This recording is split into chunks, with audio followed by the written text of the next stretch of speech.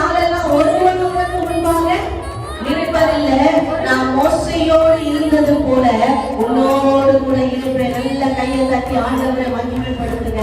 ஆண்டவர் சொல்றாரு, மனுஷன் உங்களை தள்ளி விடுவான், மனுஷன் உங்களை மறந்து விடுவான், மனுஷன் உங்களை அற்பமா நினைப்பான், காலில் போட்டு மிதிப்பான். ஆனா கர்த்தர் உங்களை ஒரு நாள் தள்ளுகிற தேவன் அல்ல. நல்ல கரங்களை தட்டி இன்று உன்னை யார் தள்ளினா? ஆபிரகாமின் தேவன் தள்ளிடுவாரோ? அல்லேலூயா.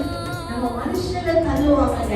நீ நல்லா வாழ்ந்தா உங்களுக்கு பிடிக்காது, நல்ல ஒரு வீடு கட்டினா பிடிக்காது, நல்ல ஒரு திருமணத்தை ஜாம்னு செய்ய அது பிடிக்காது.